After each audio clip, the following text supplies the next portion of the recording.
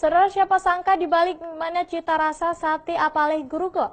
Ternyata pemilik kuliner paling gurih di Biren ini, yang bernama lengkap Muhammad Saleh, 65 tahun ini dikenal sebagai pribadi yang sangat sederhana dan berhati mulia. Selama ini dari sebagian keuntungan usaha gerobak satenya disumbangkan untuk pembangunan pesantren pengajian di pekarangan rumahnya.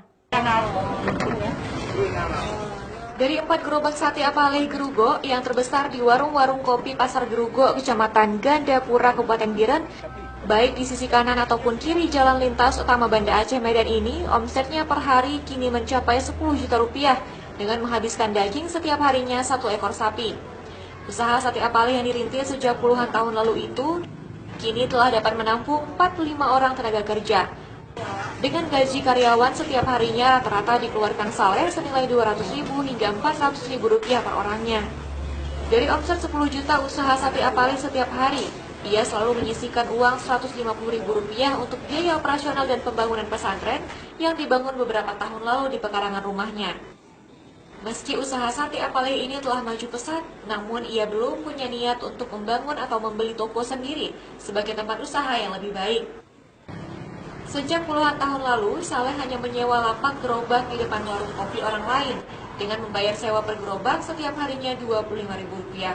Pikir saya daripada membuang-buang hartanya, lebih baik buka pengajian, balai pengajian. Daripada tidak berguna untuk masa depan saya, lebih baik buka balai pengajian. Kalau usaha tetap seperti biasa, hasilnya untuk balai pengajian. Santri ini gratis mengajar? Gratis mengajar, tidak ada usaha bayar. Kitab Al-Quran, baju sampai kopinya dibeli di balai pengajian. Sebab Saleh lebih memilih untuk berinvestasi untuk akhirat dengan membangun pesantren dan membiayai sejumlah guru ngaji yang mengajarkan 300 lebih santri setiap harinya. Meski sudah menjadi pengusaha sate sukses, Saleh tetap dikenal sosok yang ramah dengan semua orang dan selalu berpenampilan sederhana. Bahkan sehari-hari saat bepergian, Saleh selalu menggunakan jasa ojek warga. Padahal dia memiliki 2 unit mobil pribadi yang dibelinya khusus digunakan untuk menjenguk 9 anaknya yang sedang belajar di pesantren tradisional di Aceh.